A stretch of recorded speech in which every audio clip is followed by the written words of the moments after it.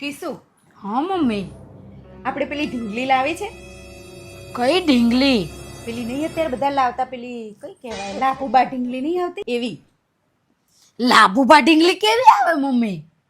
અરે પેલી આમ ઘુવડ જેવી ગોળ ગોળ આંખો ને ઊંચા ઊંચા કાન વાળી ને એવી નહીં આવતી લાફુબા. મમ્મી એને લબુબુ ડોલ કહેવાય. હા હવે એક જ કહેવાય, લબુબુન લાફુબા બધું મને શું ખબર એવી, મને એમ કે લાફુબા હશે. એ ભગવાન, ઈ ડોલ ને તમારે શું કરવી છે? એટલે બધા અત્યારે લાવે છે તો આપણે લાવીએ કીધું. અરે મમ્મી ઈ ડોલ લાવો ને તો ભૂતના સપના આવે. અરે મમ્મી ઢીંગલીમાં તો છે ને બધા અડધા બીમાર પડી ગયા અને નેગેટિવિટી ફેલાય છે અને ભૂતના તો સપના આવે. ઈ ડોલ ઘરમાં હોય ને તો.